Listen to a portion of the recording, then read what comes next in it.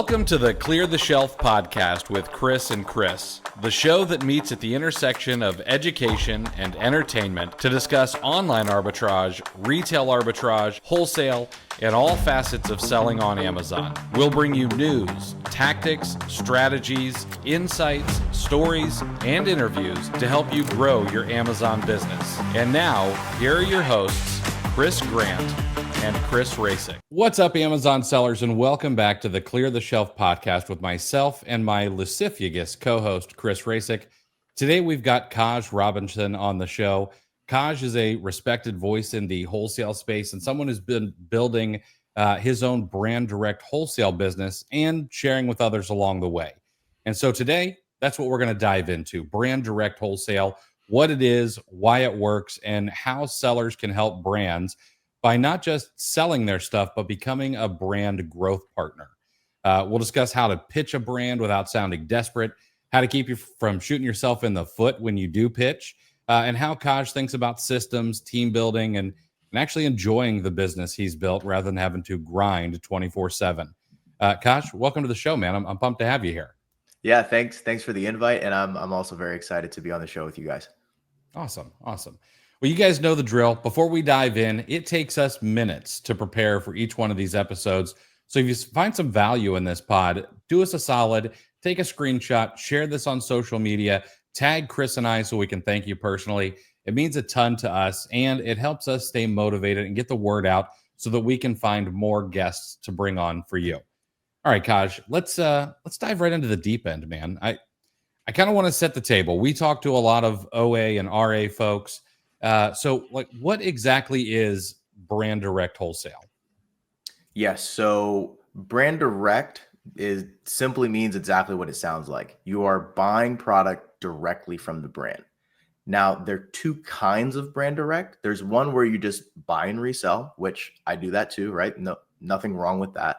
But what we're focusing on now in my business, I like to call Amazon brand partnership, which means that you're doing things in addition to buying and reselling, normally involving listing optimization, supply chain control, even running and managing PPC for the brand. But the purpose of doing those things is, one, to help grow the brand, but in addition to that, getting an exclusive partnership with the brand. So that way you're the only person selling that brand's products on Amazon, which if you're an arbitrage seller, you can imagine what it's like not having to worry about buy boxes tanking and having 100% of the buy box all the time. Mm-hmm. So outside of, being able to own the buy box and things like that, what do you think the reason is that sellers should think about adding this to their portfolio of sourcing methods? And I'm going to play devil's advocate here. It seems tough. I got to get in the door, Mad Men style, make a pitch, and then be able to handle like everything, soup to nuts for this brand. Yeah, so it is hard, right? But what I like to say is you want to choose your hard. And for me, this is the hard that I'm choosing for multiple reasons. So I'll back up quickly, kind of give a quick recap of my Amazon seller journey. So started in 2017. Actually started with private label. Me and my business partner, Josh, we launched one product that was a learning experience, didn't really make money, didn't lose a lot of money. And then our second product actually did pretty well. Sold close to, I forget exactly how many units, but like over 10,000 units of the product, ordered multiple shipments from China, like full container loads, which was crazy. And then COVID happened, which the shipping cost increase just destroyed our margin. And then that's when we ended up pivoting into arbitrage. So we've done the retail arbitrage, we've done online arbitrage, had a lot of success with online arbitrage as well, and then pivoted into regular wholesale. And then kind of naturally that evolved into brand direct. So the first brand direct exclusive that we got is actually a product that we were selling online arbitrage on and off just when the sales were good. And then we eventually approached them for a wholesale account and then pitched them on the brand exclusivity as well.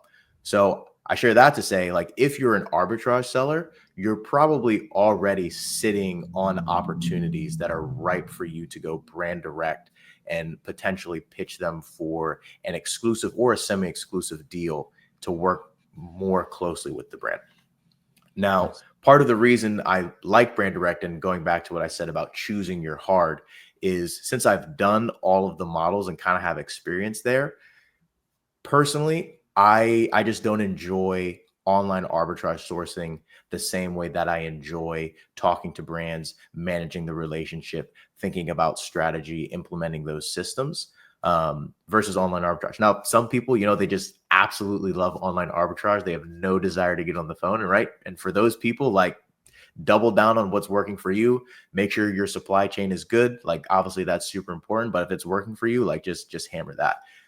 But for me, I much prefer working with brands and partnering with them. I think it aligns with my skill set a little better. And for me, it's also more long-term. Like, now we have products where, we've been selling the same product for well over a year, almost 2 years, and it's kind of just rinse and repeat. And then we're able to experiment more with updating the listings, running ads, looking at competitors to actually try to grow the listing and the sales on that specific ASIN versus just having to find the next product. Awesome. Caj, I need a little more of a table setting, and forgive my ignorance, because I think when I hear brand direct, I kind of almost dismiss it. Like Chris said, it seems difficult. It seems beyond my capabilities, beyond my bandwidth, right? So, however, I've learned and read about wholesale. Is brand direct simply wholesale when you get the exclusivity, or is there more nuance to it? Right. So wholesale is buying products in bulk, selling them on Amazon, right? And because we're buying in bulk, we're getting a discount. You can do wholesale by buying through a distributor, or you can do wholesale by buying from a brand. The term brand direct evolved, at least in my understanding of the space, because most people, when they started doing wholesale, like when wholesale first became a thing on Amazon, everyone was going to distributors because that it was easier to open an account. Amazon sellers hadn't flooded the space yet, so distributors, didn't have the objection, are you an Amazon seller? Because they didn't know any better. So everyone started with distributors. And then people also eventually found out, hey, we can just actually buy from the brand and not have to go through the distributor. So brand direct, in regards to wholesale, simply means you are buying directly from the brand. Now, you can buy directly from the brand and just simply resell their products and not do any of those other things I was talking about in regards to listing optimization, PPC, supply chain control, right? So you can just simply cold call brands and ask them to open an account and start selling their stuff. Now, for me, for it to be a much more long-term relationship, I want to be the exclusive seller. So that includes those additional value adds I add, which in our model, we say, hey, we're going to do these additional things for you for free, but we're doing that with the expectation that we're going to be the only seller or one of 2 or 3 sellers. So that way the buy box is a little bit more stable. And by doing those things and having the exclusivity, we'll have more of the buy box, we'll make more sales, we'll make more profit. Okay. And what would you, I assume, outside of brand direct being difficult, that's probably up there on as far as like most popular myths. Let's try to dispel some myths right now. What's the biggest myth that you hear the most that drives you crazy? Yeah, the thing that I spend the most amount of time talking to people about when it comes to brand direct is encouraging them that they know a lot more about Amazon than they think they do. Because a lot of the kind of brands that we target, you have brand owners who know nothing about Amazon. So sometimes they don't even know their products on Amazon. They don't even know what a good listing or a bad listing looks like. And it's honestly not that, if a listing's bad, it's not that hard to know what to do to update it. Obviously, it's going to take, there'll be a learning curve, but like if you figured out how to send in an FBA shipment, you can figure out like the basics of how to update a listing. And so, especially for, an arbitrage seller, OA, wholesale, whatever, like we've looked at thousands and thousands and thousands of listings. So subconsciously, the amount of data that we have of what's a good listing and what's a bad listing, you would actually be surprised that if you just took some time to learn the listing optimization side of things, like you could figure it out a lot quicker than you think you could. So there is a barrier to entry and there are new things to learn. But a lot of arbitrage sellers discredit the amount of Amazon knowledge that they have that would be of value when they're talking to a brand. All right. You touched on this already, but I kind of want to take it step by step just a little bit. You know, someone's doing OA today, or they're doing retail arbitrage today. Like what's that first step to try and land an account? Yeah, the first step, and this goes for if you're trying to do brand direct or just get into wholesale without doing the additional value adds, is calling all of the brands that you're already carrying. And during at Miami Sellers Conference, when Corey was presenting, I mean, he shares the same tip. Like, he asked people in the audience to, like, you know, raise their hand if they're doing OA and want to get into wholesale. And one of the guys in his catalog had 80 different brands. So I can almost guarantee you, out of those 80 brands, if he calls all of them, at least 1 to 10, somewhere in that range, depending on the kind of brand, he'll be able to either open an account directly with that brand and purchase their product from them, or if the brand is too big, they'll recommend a distributor that he can then buy the products from. So the first step, and again, that's how I got my first wholesale account with the distributor, and how I got my first brand direct exclusive, was through the brands I was already carrying in my catalog from doing online arbitrage. Now, we're not talking like Nike, Hasbro, Mattel, those kind of things, of course. Yeah. We're talking like mid-tier, maybe even some mom and pop brands. Could you give me an idea, without like blowing up your own catalog, or maybe Sure. someone you're even trying to pitch now? Give me an idea of a brand name that like people might know that you might want to reach out to. Yes. So the first account that I got with a distributor was, it was Orbit Gum. So I called Orbit, which I guess that's a Mars and Wrigley brand. And then I asked for distributor, and lo and behold, one of the distributors they listed was 5 minutes away from where I live. So me and my business partner, we went there in person, opened the account, and then started purchasing profitably from them. Nice. Okay. Yep. Caj, what's the go-to pitch when you're cold calling a brand?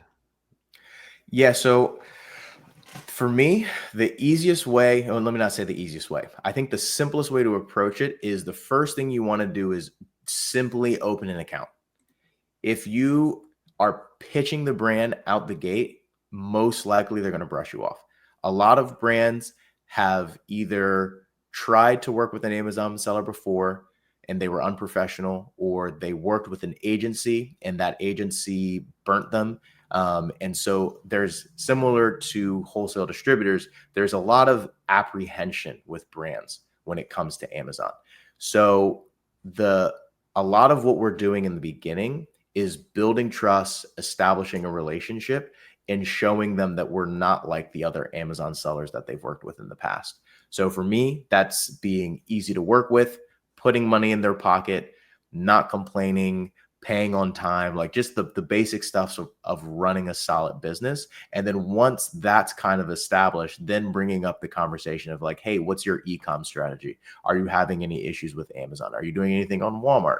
What's your marketing look like? How's your D2C going? And just getting that conversation going and being genuinely curious about the brand and asking questions. Because once you bring those things up, the brands, they love talking and sharing about their brand story, right? So then you'll be able to hear what their pain points are from their perspective. And then you can start saying, hey, I offer this service that solves this pain point that you're having. Let's continue the conversation and see where things can go. So you open an account, you start actually purchasing some inventory. What's that time frame before you start addressing the actually going brand direct with them? How many orders do you place in, or what's the time frame? Yeah, it goes brand by brand, because it really depends on what that relationship is like. So the quickest brand direct that I've gotten was like a week, but this is exception to the rule, and it's because I had a mutual connection that I actually met on Twitter, who introduced me to the brand. And so that brand already had trust with this guy. And that brand owner was essentially like, all right, if this guy says you're good, I trust him, he trusts you. Let's make it happen. Right. So that was like, that's the fastest one that I've had. And I probably don't expect to get one that's faster than that. But I've also had brands where it's like, I've pretty much just been purchasing from them for like 6 months, 9 months, almost a year before we get to the point where semi-exclusivity or exclusivity actually becomes a possibility. So it really depends on the brand.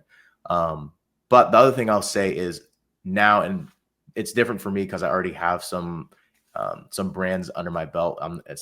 I feel like it was different when you're going for the first one, but I don't mind bringing up the e-com conversation because I also know that a lot of Amazon sellers are scared of bringing it up. And so sometimes, like, if they bring up Amazon or if I bring up Amazon, at first you can be like, oh no, if they know I'm an Amazon seller, I'm done. It's like, I just kind of like to get it out of the way. I'm like, hey, I'm an open book.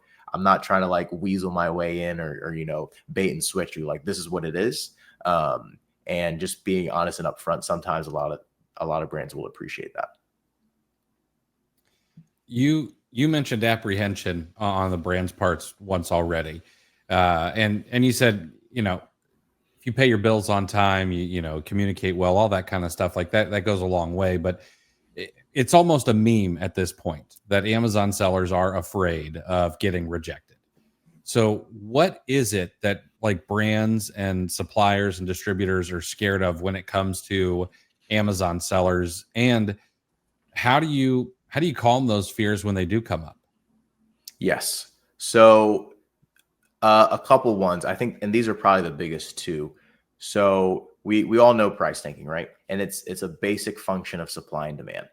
You have 30 sellers on a listing. Everyone's got multiple units in stock in wholesale, right? You're probably looking at people with 50, 100 more units, and the listing only sells 100 times a month. And so you've got 1,000 units worth of stock on a listing that sells 100 times a month. Way more supply than there is demand. Price is going to tank. And a lot of brands just aren't aware of that. I've had multiple brands where I talk to where it's like, for whatever reason, their brand's just at the right place at the right time. Maybe it ends up on a lead list. Maybe it's falling into the right kind of smart scout filters, but they start getting all these calls from guys who want to wholesale, not realizing that they're all Amazon sellers. They're like, oh, this is great. We have all this influx of money, all these wholesale orders. They fulfill all those orders, and then all of a sudden their pricing on Amazon is 50% below MAP, which is minimum advertised pricing. So for example, we have a brand where they want their MAP pricing to be around like 25, 27, but their Amazon price fell to $13, right? So if the price on Amazon is $13, now no one's going to buy directly from that brand's website. So that brand isn't going to be getting the customer contact information so they can remarket to them.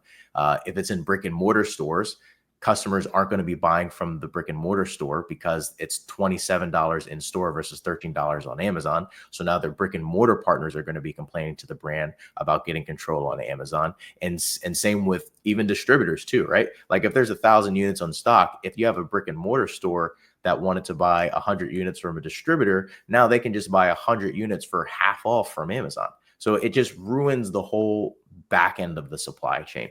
And so a lot of time distributors don't want to sell, or brands don't want to sell to more Amazon sellers because they've kind of been through this cycle before, and they don't want an Amazon seller that's just going to drive their price to the bottom and then mess it up for everybody.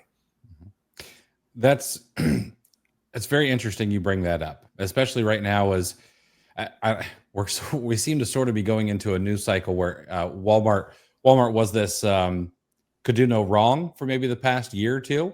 And now that tariffs are in place and things, we're kind of going back into that. Oh, hey, look how Walmart's business model is. They're screwing over small businesses. So what you bring up right there, the price being driven down on Amazon and then people not buying in stores. Well, if they're selling to Walmart, Walmart makes you buy that back. Like they don't take that. They don't eat that cost, which then of course hurts the brand. And I highly doubt anyone's thinking about that. So that's interesting. Yep.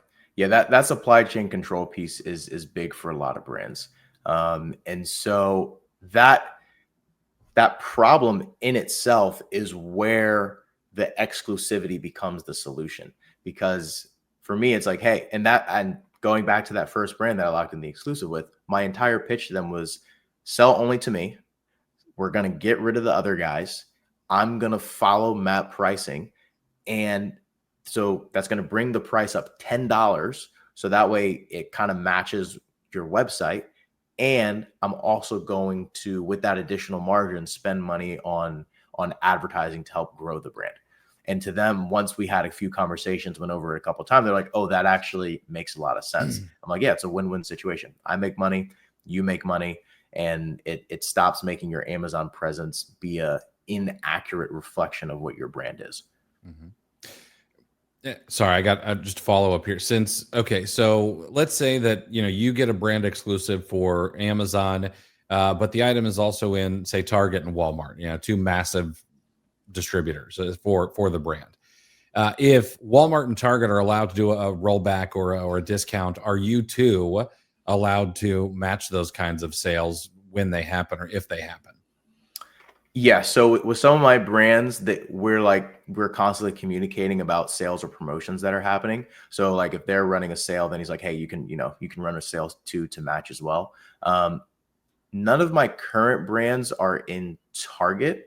But I'm actually working. Some of them are on Walmart, but most of their Walmart listings were created by third-party sellers, not by the brand themselves. So we're also working slowly on cleaning up the Walmart side of things for them. So you mentioned certain things that you could present to the brand and being big to the brand. Are you able to kind of rank the value props that you can offer to brands? Like obviously some have more staying power than others, and some are more powerful, right? Can you kind of give us a quick breakdown of the pecking order on the value prop? Yes. So the first thing I'll say is there is no pecking order. It all depends on what the brand wants. And this is another thing that I had multiple conversations with people in the Miami Sellers Conference about, is it's not about first pitching the brand. It's about asking questions to figure out what the brand actually cares about, and then matching value add to what the brand cares about. So I was talking to one guy who he was like looking at the brand, and they were doing really well in a specific niche, but some of their competitors had other products in that niche that were also crushing it. So he was like recommending to the brand that they should also make that sort of product, which is probably a really good idea and would make the brand a lot of money. But that was something that he just recommended to the brand unsolicited without actually knowing what they're trying to do. So the likelihood that that is solving an issue that they have, fairly low. And same things goes for whether it's exclusivity, whether it's PPC, whatever.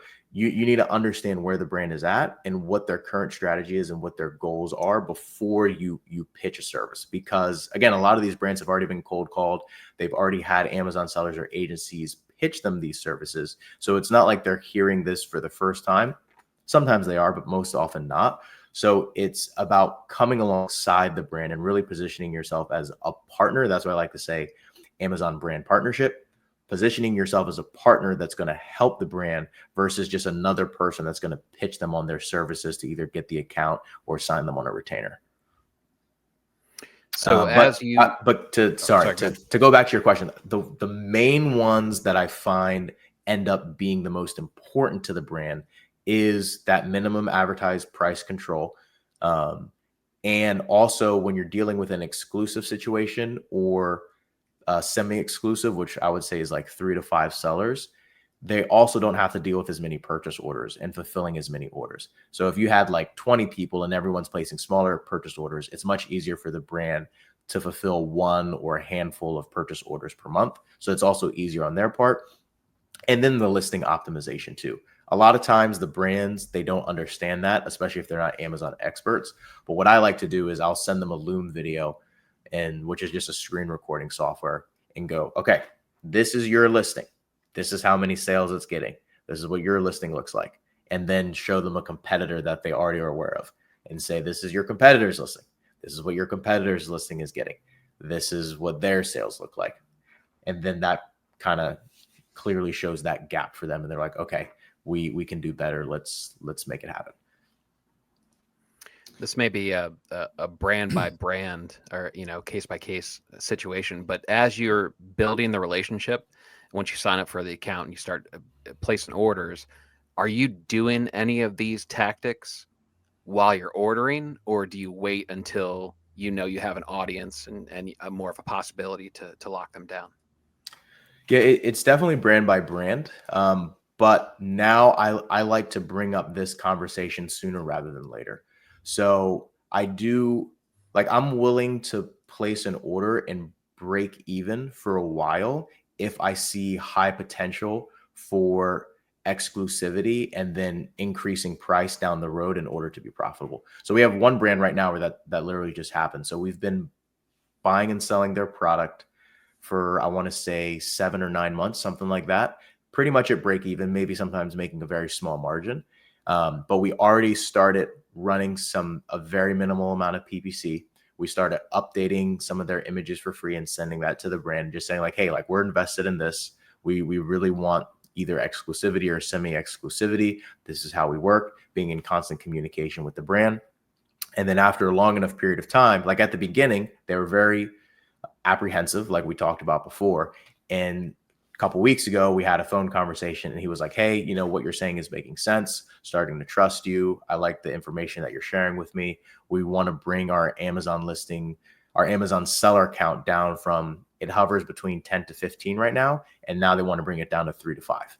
So now bringing it down to 3 to 5, we'll be able to increase the price a couple dollars, which will give us the margin that we need to be profitable. And we're going to get more buy box because they're going to be less sellers on the listing. Pitching the brand, you know, telling them what your value prop is, all of that stuff is great, but then you've got to execute. So like, what's the one thing that you do after landing a brand that maybe 80 or 90% of other sellers aren't doing or are totally ignoring? Yeah, so the first thing we start doing with a brand is normally going to be updating the listing, just because like if you're running PPC to a bad listing, you're probably not going to be converting on PPC. So you're just giving Amazon a donation, and we don't need to be giving Amazon donations. They take enough of our money. So we like to start with updating images and updating like the title, the bullet points, the description, which using ChatGPT, Fiverr, and like Smart Scout, you can get 80 to 90% of the heavy lifting done using those sort of tools. And then just sending those off to the brand for them to then review or suggest changes, and then making those updates from there. The other things that are really important is back-end access. And this is going to be very, very brand by brand because it's going to depend on how much they trust you. But getting access to their brand registry and or their seller central so that you can have control to make those changes. But sometimes they're not going to be willing to give that to you, and that's just going to come with time, which is okay. Like we have one brand right now where I would love to have access so that way I can just make the changes myself, but they don't want to do that. So I send them the info and then they go in and submit the changes. But now it just moves a lot slower because it's like I send it to them, then they wait a couple of days to get back to the email. They have a question, and it's like a change that could happen within 45 minutes takes 3 weeks to do, you know, that sort of thing. But it's the name of the game. Yeah. Thank you for listening to the Clear the Shelf podcast. My magnanimous co-host Chris Rasick has put together a gift for you for being a listener. It's called the Monthly Goal Tracking Spreadsheet, and it's free. The spreadsheet will help you break down and track how much you've purchased, which should be a leading indicator of how much you will sell, and then you'll be able to track how much you've sold as well as your estimated monthly profit on a daily basis. This will all feed into the daily averages so you can ensure that you're on track to meet your goals each and every month. Grab it for free today over at cleartheshelf.com/goal-tracking. Thanks again for being a listener. Now back to the show. What about brands that maybe they don't have brand registry and you know they didn't even know their product was on Amazon? How do you go about helping them get access to be able to control it and make changes? Because I mean, we know that if it's not brand registered, trying to get changes submitted is almost impossible these days. Yeah, huge. And this is actually another very big value prop is if a brand is not brand registered, just telling them to get brand. I mean, that's like a piece of consulting advice that is worth multiple thousands of dollars for any brand that's on Amazon. If you can get them into brand registry and then have them add you, like add your merchant token in their brand registry as a selling account, and then also give you access to their brand registry portal, like that is huge. And so we have brands, sometimes they're in brand registry, but they're not taking advantage of it. So they don't have the storefront, which you need to be in brand registry for. and they don't have A+ content. So like literally just offering to make those two things for them, huge value add. Yeah. So all of our brands, we make sure that they get in brand registry. That's nice. That's a must. And for the brand, like, and just for anyone who's like actually trying to do this, it's not that hard. You can, if a brand doesn't have a brand registry account, they can just literally Google Amazon brand registry, click sign up, and then all they have to do is just like put in the information about their brand. I believe they have to put in like the contact email. They also need to have the trademark information ready to go. There are a few other things I forget off the top of my head. We have an SOP for it. But it's like, it maybe will take a brand 5 to 10 minutes to sign up for brand registry. Not very hard. Interesting. I want to talk about the outreach part of it. Obviously no success rate is 100%, of course.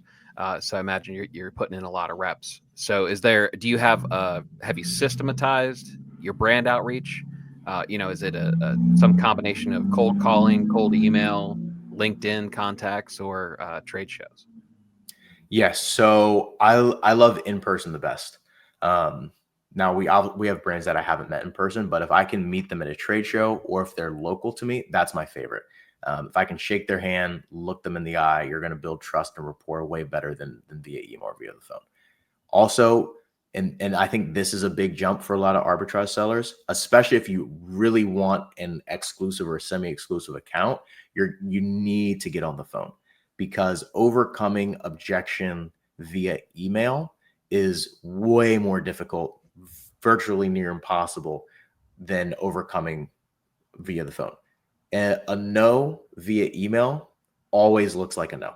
A no on the phone, you can hear their tonality. You can tell if there's a pause or an inflection that makes it sound more like a question, and you can tell where there's room to push back and keep following up. Versus with an email, it's a lot easier for them to ghost you, to put the email in their spam or their trash, or to just say no and to move on. So cold calling is going to be huge, especially when you're first trying to get that first account. You're going to need to call a lot of brands. But then if you're able to find a brand that's local to you, maybe have a phone conversation first and then just show up at their warehouse, and then also trade shows. So I'm noticing this is more than just sales 101. I'm detecting a higher level of some sales training. Is that, do you have a history? Do you have experience with sales, or did you just kind of learn on the fly? I just kind of learned on the fly.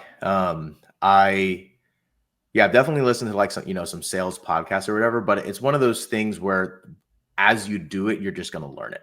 And so I think I just started doing it and then kind of subconsciously started learning it. And then as I listen to, some sales podcasts, then it starts to put language into what you're already doing and just help sharpen the skill set. Yeah. I'm going to just follow up on what Chris said. Like, you're given college door-to-door book sales energy, which to me, that's like the highest compliment, you give somebody. So I appreciate it. All right. So let's talk a little bit more about that, because people fear rejection. Amazon sellers are no different. They don't want to hear no. Maybe it's because they haven't done any fear setting. Maybe, who knows what it is. How do you get over that? I think you just have to do it. And I'm not sure if that's the advice people want to hear, but once you get rejected a couple times and then you realize that you're fine, it's a lot easier. When you're scared of rejection and then you don't kind of push through that wall or experience it, it's much bigger in your head than it is in reality. And I mean, even for me, like, there's still times where I want to pick up the phone and I kind of like look at it for 30 seconds. I'm like, I don't want to do this. This is, you start like going through all the what ifs and you're like, I don't know. But then just dial it. Just stop thinking about it. Just dial and then have the conversation, and then it'll be okay. Whether they hang up on you right away or if it's actually a really good conversation. Like, if they hang up on you or curse you out, it's like, go for a quick walk, clear your head. You'll be fine. Move on with your day. It's not that big of a deal. Yeah. It's not what people want to hear. They want the hack, but it's the right answer. Yeah. I still get no's and rejection all the time. There isn't a magic pill pitch or value prop that's going to give you 100% success rate. That's just not going to happen, but You have to be okay with that. but also like the framing for it too. And again, this isn't something I've come up with. This is sales or marketing, whatever. Like every no is getting you closer to the next yes. And so you kind of just have to look at it like if you're looking under rocks or you're opening doors, whatever, you just got to keep going until you find the yes, because there are enough brands out there and there's enough opportunity that if you stick with it for long enough that you are going to find a brand that will work with you. But you have to be willing to push through all the no's, all the rejection in order to get there. Just like sourcing online arbitrage. Like no one only finds profitable products when you're sourcing. It's just that when you're sourcing on Keepa or Seller Amp, ASINs, and whatever you're using to sourcing, it's just those products just don't talk to you when you're sourcing. Their rejection is just very quick. You just scroll by. It doesn't hurt as bad. Yeah. Every Amazon seller who wants to get into wholesale or brand direct, and I don't know if you've listened to this podcast or not, but there's a podcast with a guy by the name of Nick Malbray, and him and his brother start. It's on My First Million. Him and his brother started a toy brand. They actually went to China right out of high school, start working in a little shack, building their own stuff. But this is exactly how they got into Walmart and Target, is cold calling literally every single day. He said to get into Walmart, it took him over 400 contacts. Oh my word. Before they would let him in. So yep. The guy just bulldozed through the rejections. Yep. Yeah, and that's what you have to do, because at a certain point, people are like, all right, I just have to say yes to this guy to get him to shut up. Exactly. All right. We're going to pivot to what everyone wants to know. We're going to talk money. All right. So sure. let's talk margins a little bit. How much better or how much worse is brand direct really than doing, retail arbitrage or OA? Yes. So versus retail arbitrage or OA, I mean, it depends, right? Because I mean, I know OA guys and especially retail arbitrage, where you're going to have really, really good margins, right? But I think the difference with brand direct is, so you're definitely going to have better margins if you're brand direct exclusive versus like wholesale arbitrage, just flipping stuff.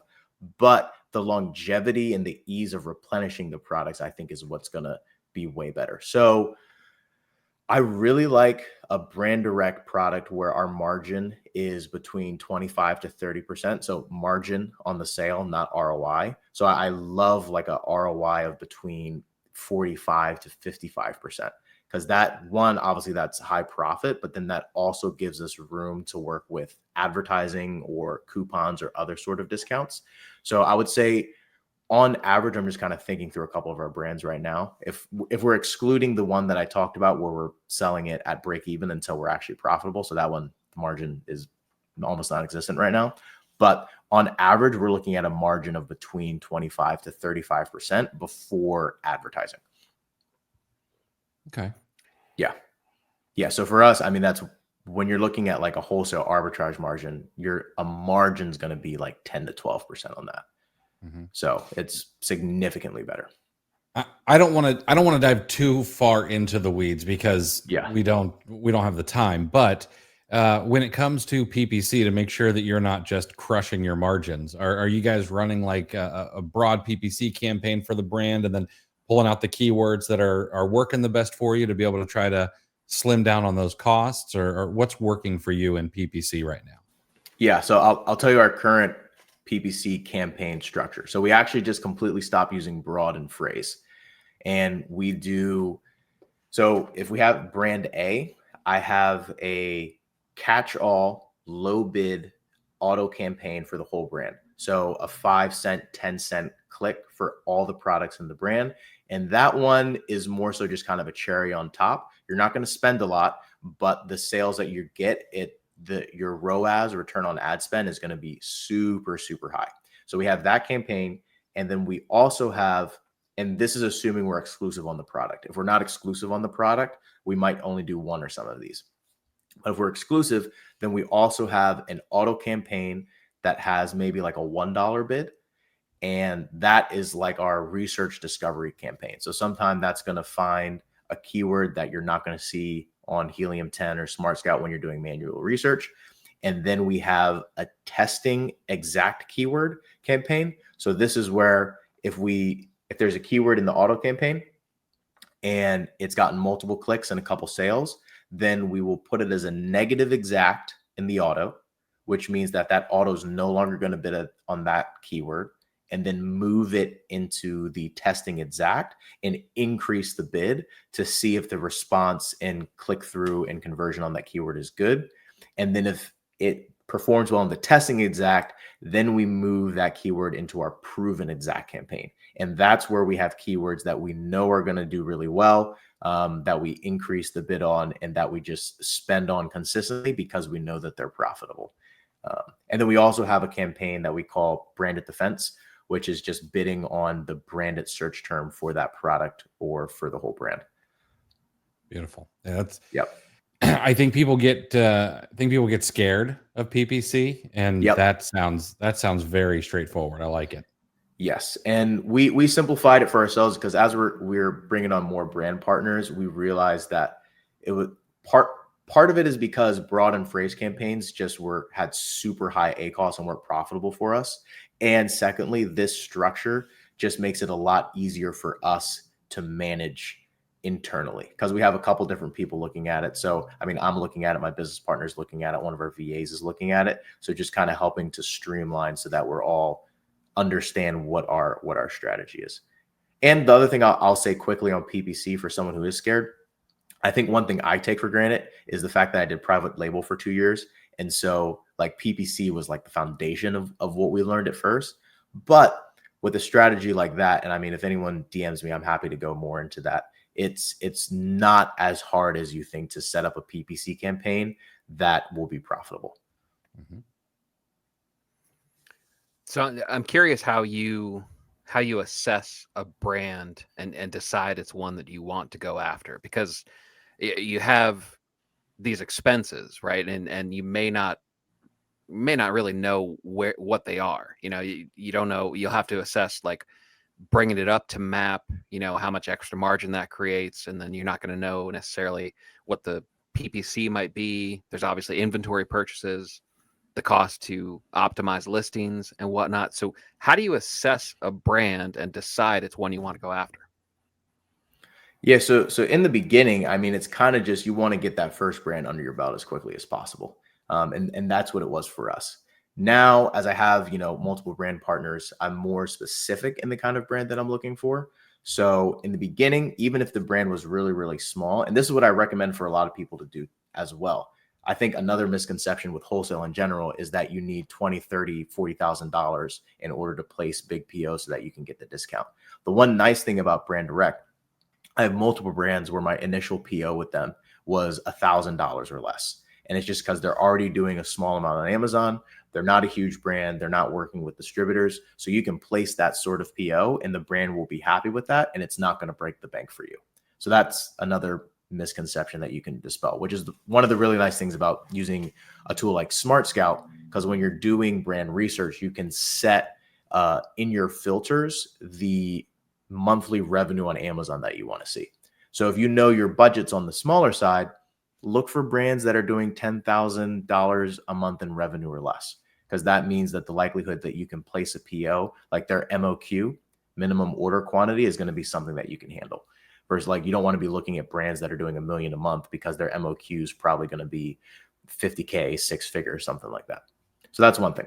But going back to kind of your question about the brand that I look for, is I want a brand that's already on Amazon and has what is called branded search term volume. So it's not just like this coffee cup, right? It's not just a brand that's on there and people are searching for coffee cup and then buying that brand. But I want people that are looking for that specific branded coffee cup. So brand XYZ coffee cup, because that means there's already brand recognition from other places, from marketing they've already done, and people are looking for that brand on Amazon. And then that branded search term volume will also bleed over into general search term volume, like just coffee cup. And then that means that there are keywords and keyword research that we can do on top of what's already happening versus launching them from scratch. So I do not recommend people launch a new brand from scratch on Amazon. Not to say that that can't be profitable, but it's going to take a lot of work, a lot of ad spend, and it's going to be a while before you actually make that money back, if you actually end up making it back. So that's one thing. Brand already on Amazon, already selling.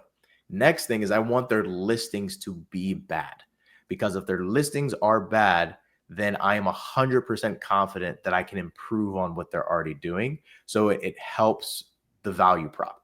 Because if you're looking at a brand where their listings are already like really, really good, they have all 9 images, the images look great, the resolution's good, their keywords on their title, bullet points look good, A+ content, storefront, like there's not much I can say to that brand like, hey, let me do these things for you to improve. Maybe if you're already really, really good at PPC, you can go into their PPC and do some improvement there, but most beginners aren't going to be at that level. So I want a listing where it's like there's one photo, maybe 2 or 3. They're grainy photos. They look like they were taken on a Samsung Galaxy in 2012 and they haven't been updated since then. You know, their title's really short. Like instead of a long title with a lot of keywords in there, maybe it's just like a 5-word title. You know, they don't have a description, they don't have bullet points, because that means I know that if this product's already getting 100, 200 sales a month just based on the branded keyword search term volume, if I improve the photos, improve everything else on the listing, I'm certain that we're going to get a boost. Now, what that boost is, that's going to depend on the brand, depend on the category, but I can be very confident that I can tell the brand, look them in the eye and say, if you work just with me and I do these things, I will buy more from you than what your current wholesale people are doing now. And it just helps the value prop. So easiest win would be to go out and search the Amazon catalog for all those hero images that are on like someone's bedspread or something like that, right? Yep, that's one strategy. That's one strategy for sure. Yeah. So everyone loves to share their wins, but Yeah. sometimes we learn best from our mistakes. Yes, we So do. can you kind of reach back and maybe pull out like a cringe story from early on? Maybe you botched a pitch or maybe even tanked a relationship, and what can we learn from that? Yeah. Well, I'll share my biggest L first, just because this is the one that comes to mind. And this was before brand direct, just kind of normal wholesale. So same with like, you know, OA wholesale, we like to place test orders because sometimes things look great, but then there's something we miss. So it's just a good kind of habit to get into, so that way you don't end up shooting yourself in the foot. So the one time I decided not to place a test order, everything went totally wrong. So long story short, it was a distributor that I don't think they were trying to screw me over. I think they just didn't have a good handle on their supply chain. I didn't place a test order. I placed, I don't know, I think it was like a $30,000 or $40,000 PO. I got some of the product, but not all of it, and ended up losing like $15,000 to $20,000 on that order. So that hurt, and that set us back a lot. That was towards the end of 2023. So place test orders. If it looks too good to be true, probably is. So please don't do what I did there. In regards to brand direct L's, I'm trying to think if there's been one that's been, I mean, there are definitely pitches that I botched. I don't know if I have them like stored in my brain in terms of like a specific thing that I said or didn't say. That's probably good. Yeah, it's probably good. But yeah, I mean, there are definitely brands that, you know, I probably could be carrying if I pitched them a little bit differently or maybe approached it differently. But yeah, in terms of losses, that big wholesale PO is the one that always comes to mind first for me. Yeah, that's rough. I forgot to ask this a minute ago, but you talked about you want to find brands that have branded search term volume. I personally, when it was much easier to make new listings on Amazon, I've had some luck bringing products to Amazon where there was branded search term volume, but the product wasn't there yet. Yeah. Is that something you look for at all, or you know, is it just something that if it came up, maybe I would look into it? Definitely. So that would be the exception to what I said about not launching a new brand on Amazon. So if there's a brand that's, I would assume they've been around for a couple of years if there's branded search term volume on Amazon. But if the brand exists, they're not on Amazon and there's branded search term volume, very, very strong value prop. Yeah, because that's adding revenue. And even the other thing with adding revenue is adding multi-pack or adding Mhm. products for a brand. Like if maybe the brand only has one product on Amazon, but they have a catalog of like 5 to 10 products, then just say, hey, what's your second best seller? Let me create a listing for that one on Amazon for you, and let me be exclusive on that one ASIN. Nice. I like it. Let's turn it. Let's go 180 degrees the other way. I'm curious about your first brand win. What was the proof, so to speak, and what exactly made it work? Yeah, so the first brand exclusive that I got, which I mentioned before, it was a product we had been selling OA for a while. We opened the wholesale account with them. Their wholesale wasn't very profitable based on the Amazon pricing. And then I realized, okay, the pricing on Amazon is significantly less than what's on their website. And so my pitch to them was, hey, like if you just work with us, we will raise the price on Amazon and then also do these other things for you. And I would say it probably took 4, 5, or 6 phone conversations on top of a very long email chain, which all this transpired, I would say, over 2 to 3 months before they agreed to let us try it with one ASIN.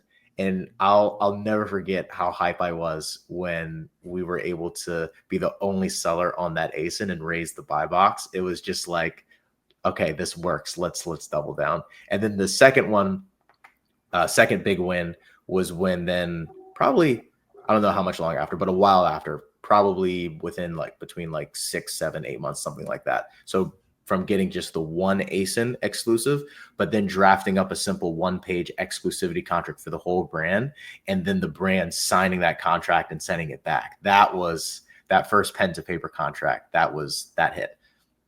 That's awesome. Yeah. If you don't mind me asking, because I have some people that I've known for a while, since I've been in the space forever. Yeah. That have done this kind of business. Do you ever build into your contract the ability to transfer the contract so that you have an asset that you can actually sell outside of just having your Amazon business? Yes. And that's something that I learned from another seller that I met on Twitter. He was like, hey, just include a transferability clause within the contract. So yeah, can't take credit for that at all. Someone told me to do it. He kind of sent me the template of his contract and I just used that and ran. Awesome. I hope when you sell your first one, I want to hear about it. I got a buddy who was able to sell his for one of his brands for like Oh, that's sick. $700K. Oh, that's sick. It was awesome. Interesting. Yeah. Well, and we don't have to get into this in depth, but the one thing that we're looking at doing is acquiring some of the brands that we're selling. Because everyone talks about with PL, it's like, oh well, with PL you own the brand, there's exit value, you don't have that when you're doing arbitrage. I think one of the interesting things about this model is if you have a close relationship with the owner, depending on the situation, you can say, hey, give me partial equity or I'll fully acquire your brand. And then now you have a brand that you can actually treat as your own. Then obviously you have to worry about all the other sort of marketing and that sort of thing. But that's something that we're looking into as well. Just off the top of your head, of the brands that you do have or reach out to, how many of them are boomers? A lot of them. If the owners are boomers, it's go time. Awesome. Yeah. So everyone knows that brand suppliers, they say no to Amazon sellers, but I want to flip the table a little bit. There's got to be a brand that you either say no to right from the get-go after the first conversation, or maybe you do a little bit of business with them and you say no to them afterwards. What's that filter look like that makes you say, gross, you need to go somewhere else? Yeah. So in wholesale in general, I normally find if the wholesaler is DMing you on Instagram or X, then probably I would stay away. And by probably, I mean 99% of the time stay away. On LinkedIn, it's a little different just because if they might be a sales rep for a bigger distributor, and sales rep, are hungry to make sales. So it's not that it's an illegitimate company. It's just you have a really aggressive sales rep, which could be good. But then you still want to move slowly because their goal is to make the sale. They're not caring about whether or not you're profitable on Amazon. So you have to do your due diligence. I do have one brand. Actually, I guess 2 brands who they reached out through my website. And one of them, unfortunately, the relationship doesn't look like it's going to be profitable for the long term. It was good for a time being. But I think I could have done better due diligence on why they were looking for a third-party seller that would have uncovered some of the problems that they were dealing with before I decided to sign them. Now, it's not like it turned out in such a way where I wish if I hadn't worked with them. I'm so glad that I did. It was a good learning experience and we made some money. But another thing I'm working on now is trying to position myself in a way, like, I mean, even doing podcasts like this, obviously, you're going to have an audience of mostly Amazon sellers, but maybe if a brand owner just happened to come across this podcast and they wanted to work with me, then they'd reach out and then there could be, something that comes from that. So also I am working on just building out our website more, doing some SEO, that sort of thing, putting my face out there to get more inbound leads, because those are often going to be a lot easier to work with and close versus doing cold outbound. I'm curious, where do you think this whole model's going? It's saying like 2 years. Is brand direct still niche, or is it the new normal, do you think? And you mean in terms of like the Amazon seller space? And yes. Is it niche or normal? Yeah. Mm-hmm. I think it'll still be niche. I do think that you have to learn, there's a lot more skills that you have to add on top of what you're already doing if you want to do it at a high level. I think that a lot of sellers can get their first 1 or 2 brand direct accounts in a semi-exclusive without that much effort. But I think if you want to scale it and have multiple brand partners and have those brand partners do solid numbers, you're going to have to really learn and study. But I think right now we are in a sweet spot. And this is just my opinion. I could be wrong with this, but I think we're in a really good spot for getting new brand partners for a couple reasons. One, so you mentioned the boomer thing, and I'm not sure, if your audience, you guys are familiar with someone like, Cody Sanchez or any of the people who talk about buying boring businesses, but you have a lot of baby boomers who are retiring right now who don't know how to sell their business or have someone who wants to buy their business. And that doesn't mean you have to buy their brand, but I think that also spills over into Amazon, where their Amazon presence isn't optimized, doesn't have good control, and they're very open to someone stepping in and taking over that for them. And then the second thing is, and some of this is going to be in regards to the trade war as well that's going on, but a lot of Amazon 1P accounts, which is Amazon Vendor Central, which just means Amazon themselves is buying the brand's product and then selling it on Amazon. Amazon is dropping a lot of these brands for reasons that I'm sure are beyond us. Amazon has their own internal metrics, but it seems to be a lot of the brands that are on the smaller side, and Amazon is just focusing on the really big brands like the P&G brands, the Adidas, the Under Armour, those sorts of brands. So, and that's actually the case with one of our brand partners now, where he was telling us like, their Amazon sales rep has been ghosting them. They normally just place a monthly order, but they haven't placed an order in a few months. He's hoping that they're going to buy again, but based on what I know in the space, I'm like, the likelihood of that happening is pretty low. So there are also a lot of brands who used to sell Amazon 1P, and now the Amazon account is just ghosting them and they've been dropped. And so they don't want to necessarily bring it in-house. So that gives us an opportunity as a solid 3P partner to step in and take the place of what Amazon themselves was doing. And I think this, and again, totally my opinion, haven't done a ton of market research on this, but I think over the next 1 to 2 years will kind of be this sweet spot. And not to say that, Amazon brand direct is going to die the same way how every 6 months people are saying OA is dead, but it's not dying. It's not going to die, but I think we're in a really good sweet spot for it over the next year or two. What makes a brand choose Caj over Pattern? That's a great question. So I think Pattern is so big. The brands that I'm going to reach out to are not brands that Pattern's going to reach out to. I recently had Isaiah Fritz on my podcast, and he does the same model that I do. And he sells like 25 million a year, but he only works right now with like, I think 4 or 5 brand partners, and they're each doing, obviously, if you do that math, somewhere between like 3 to 7 million a year. And so for him, he's like, I don't want to have a ton of brand partners. I'm not looking to do, small brands. I only want to work with a brand that's selling multiple million a year. And like I said before, when you're doing Smart Scout filters, like you want to search within your budget. So I'm not going after the brands that Isaiah is going after, and he's not going after the brands that I'm going after. So it also kind of, just depends on where you are with your journey, what your budget looks like, and follow up, right? Very rarely, if ever, are you going to close a brand with one contact. And so certain people, they might hit it off or have the right timing with a certain brand and just get a foot in the door. I'm sure that there are brands that I've contacted that someone else, whether it's, someone that I know or just a different Amazon seller, is going to end up getting the account with because they decided to follow it with that particular brand and I didn't. And that's just, how it goes. Yeah. We're cutting it close on time. So let's switch to the lightning round. Sure. What is one Amazon myth or Amazon related myth that you wish would die already? It's not going to die. Amazon's not going to die. It's just not going anywhere, at least not within the next 10, 20 years, probably. What's the best question that you've been asked in the last few months? That's a good one because I get asked a lot of questions. I think I'm struggling to think of a specific question, but anytime a person has done their specific research and it's like a super niche question and you can tell that they've actually done their research and need help with something really, really niche, that gets me excited versus someone who asked me a question that they could have just asked ChatGPT and gotten a fine answer. Mm-hmm. In the past 3 months, are there any books, podcasts, or blogs that have had a significant impact on you personally or your business? Yeah. So right now I'm listening through Never Split the Difference. I think the name of the guy's Chris Voss.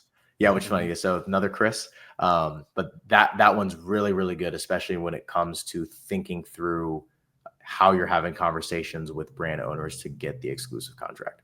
Nice. People are going to want to shoot you a follow, I'm sure. Where is the best place for people to find you? And of course, we're going to link all of this in the show notes. Yeah, so I'm most active on Twitter and Instagram, just my full name, at Caj Robinson, CAJUA Robinson. So just search that in. I'm probably the only one that's going to pop up, and shoot me a follow and send me a DM, and I'll be doing my best to respond. Perfect. Gosh, this has been great. It feels like a course in an hour, and kind of opened my eyes to some things. So I appreciate you taking the time to hang out with us, man. I know you got to run, but we may need to do this again because I Sure. find this fascinating. Awesome. So, all right. Thanks so much, man. That's the pod, everybody. Thanks for listening to Clear the Shelf with Chris and Chris. If you enjoyed this episode, please take a screenshot on your phone and share it to Facebook, Instagram, or your favorite FBA group. And be sure to tag me and let me know why you liked it and what you'd like to hear more from us in the future.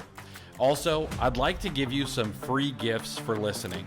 Head over to rabbittrailchallenge.com and repricerchallenge.com for some free courses to further your business. Thanks for listening.